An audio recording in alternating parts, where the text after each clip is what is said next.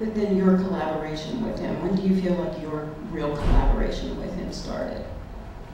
I think it was in Color of Money, and then we did, I guess we put Goodfellas aside so we could do Last Temptation, because he got an offer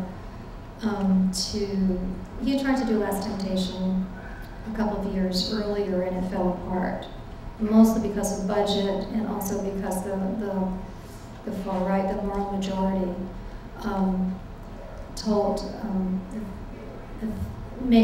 frightened the theater owners to the point where they couldn't find a theater who would run the movie. And so the studio, which was Paramount at the time, said, well, we can't make a movie at this budget or any budget if no theater will run it.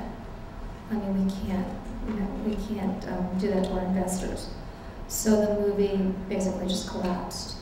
And we did Color of Money, and then after that, he always said this was the Last Temptation.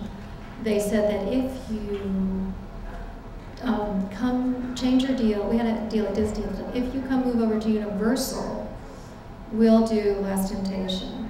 And then of course after that, they said he had to do a movie, quote, for them.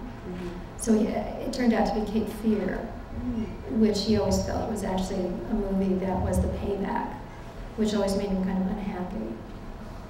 Because it was so, at that point when he did it, it was his highest grossing movie, which it's for some reason made him unhappy. But I think because it wasn't a movie that really sort of came from inside. Let's talk about, that's hot. Let's talk about Goodfellas first, since we're going to be showing the clip.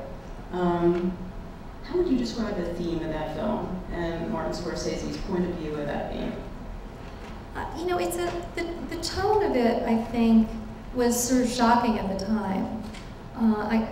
We sort of joke and say it's the first sort of mafia comedy. And it is incredibly violent, but it's also incredibly funny and tragic. And the end message is crime doesn't pay. I mean, and you look at those guys, and they're always so proud that they don't have a real job or a day job, but they're working harder 24/7 than anybody. But I think ultimately the tone was difficult, and I think the studio was very frightened of it. No one quite knew how to sell it. Because at the time, there have been a lot of movies since that have that tone and attitude, but I think it was kind of the first sort of mafia comedy.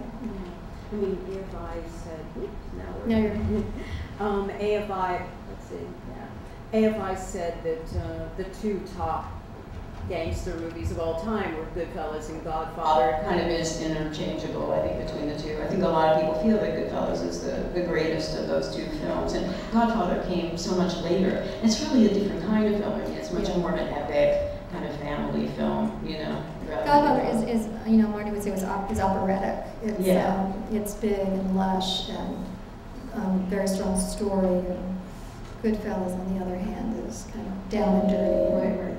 And it's interesting because the three films that we're going to talk about tonight are Goodfellas, Last Temptation of Christ, and Age of Innocence, and they're all adaptations, really, that we chose, which is kind of interesting. Can you talk about that and Scorsese's wanting to adapt books? It's sort of a penchant to some extent for that, and how did you find this the Pileggi?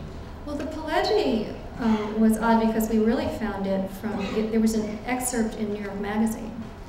And so we read the excerpt and I said, my God, this is so funny. And yet, I kind of feel like I know these people. They're kind of like from the neighborhood, but I've never seen it sort of told this way. And then we realized, there was a book, and Marty just sort of called Nick sort of cold, because he didn't know Nick Pileggi. And they hit it off right away, but they were both sort of fans of one another. It was sort of a strange, happy phone call that Nick suddenly just, that Marty was on the phone. So that's how we found that. Last Temptation, Marty, was a fan of the book for years and years and years. And I guess Paul, I know he worked for a long time with Jay Cox on the script, but actually Paul Schrader wrote the original, and much to Jay, and I think Marty's disappointment and mine, Jay didn't get credit. But it was, I mean, it really was Paul's script. It was his story. So. But it's difficult. I mean, I started rereading the book about a month or two ago. And tough movie to adapt. I have to give him a lot of credit. Really difficult. When you talked Last Temptation of Christ, I mean, it was really Martin Scorsese's vision. I mean, that clearly, I mean, it's brilliant. I mean, the way it's structured, the scenes are sort of all over the place. You know, I mean, it builds to the point where you know, I was just watching it over the weekend. I was watching the Criterion Collection, and he was saying that he had certain expectations for the film, emotional expectations that he wanted the audience to feel, but he never knows if they're really feeling that. It doesn't seem like even all these years later, and he literally said all these years later, he's just not sure if it's successful. And I wonder if he feels that about a lot of his films. He has certain like goals, certain artistic goals, and he seems to not have any clue as to whether or not he's accomplished his goal. Well, I think Last Temptation was different in the sense that, you know, at the end when we were in post-production, we had to finish it quickly because they literally were like storming the gates at Universal, and so they said, you know, we can't wait. We've just got to have the movie, and so we went into a sort of overdrive to finish it, and then it became such a news event that it was never really even reviewed or in some ways looked at when it was released as a movie.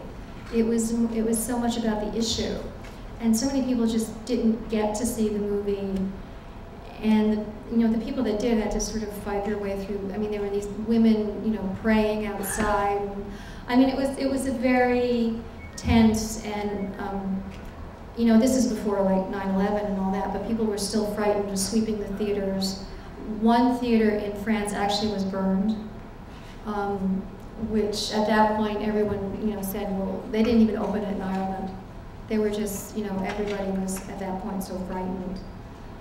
So when he said, I think he doesn't know how people felt because I don't think people really saw the movie as a movie when it first opened.